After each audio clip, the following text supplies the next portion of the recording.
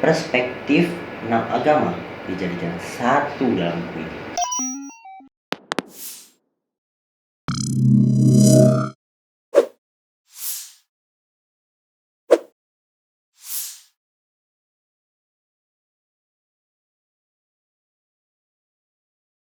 Halo teman-teman Webedia, kembali lagi dengan gue Mimin. Gimana kabar kalian? Baik kan? Gue Mimin juga kok. Kali ini gue Mimin mau mereview buku. Tahu nggak buku apaan? Sah, Agama dan COVID-19, Perspektif, Akidah, dan Filsafat Islam. Buku ini tuh berisi tentang dialog antar iman dengan 6 agama yang ada di Indonesia, yaitu Islam, Protestan, Katolik, Hindu, Buddha, dan juga Konghucu. Selain itu, buku ini juga membahas tentang bagaimana agama memandang pandemi COVID-19 dari berbagai sudut pandang berbeda-beda, dan juga fenomena sosial lain seperti konflik agama serta konflik sosial.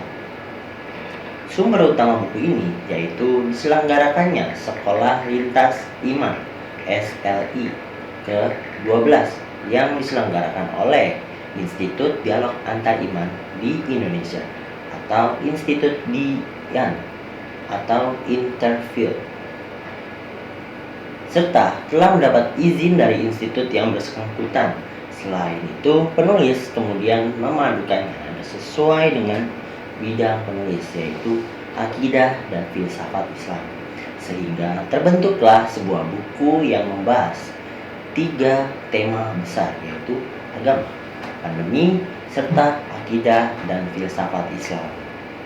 Buku ini diharapkan mampu meredam konflik agama dan juga sosial yang ada di Indonesia, serta menumbuhkan kembali semangat bertoleransi. Selain itu, buku ini dapat memberikan pandangan baru tentang agama yang ada di Indonesia, di mana perspektif 6 agama dijadikan satu dalam buku ini. Oke, sebelum kita lanjut, kita kenalan dulu nih dengan penulisnya. Penulisnya bernama Erina Dwi atau Erina Dwi Pratiwi, yang bisa dikenal juga dengan kata Erina Dwi. Merupakan penulis kelahiran Bojonegoro. Dia lahir tahun 2001, tepatnya 2 Juni 2001. Saat itu ia sedang melanjutkan studinya di Institut Agama Islam Negeri Kudus dengan program studi Akidah dan Filsafat Islam.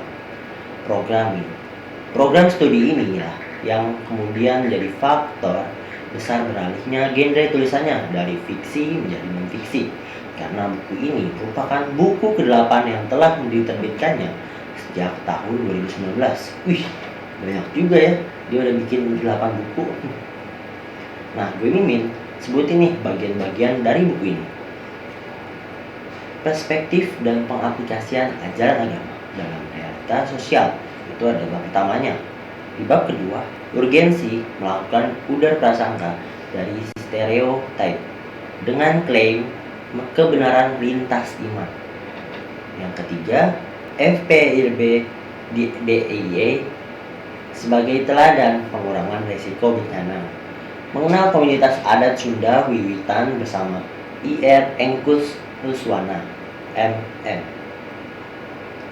Bab selanjutnya, pengalaman MUI dalam mencegah, menghadapi, dan mengatasi pandemi COVID-19. Lalu, karya KWI dalam pelayanan sosial kemanusiaan. Lalu di bab selanjutnya lagi, pengalaman gugus tugas penanganan COVID-19 di IY dalam melawan pandemi. Nah, itu dia dari beberapa yang Mimin bisa kasih tahu. Buku ini juga membahas tentang 6 agama yang ada di Indonesia yang kemudian dipadukan dengan kondisi saat ini, yaitu melawan wabah pandemi COVID-19 yang masih berlangsung hingga saat ini. Buku ini juga menghidupkan kembali semangat bertoleransi dan juga persatuan yang ingin dihidupkan juga. Buku ini juga menghidupkan kembali semangat bertoleransi dan juga persatuan yang kemudian dijadikan solusi dalam mengatasi pandemi yang berkepanjangan saat ini.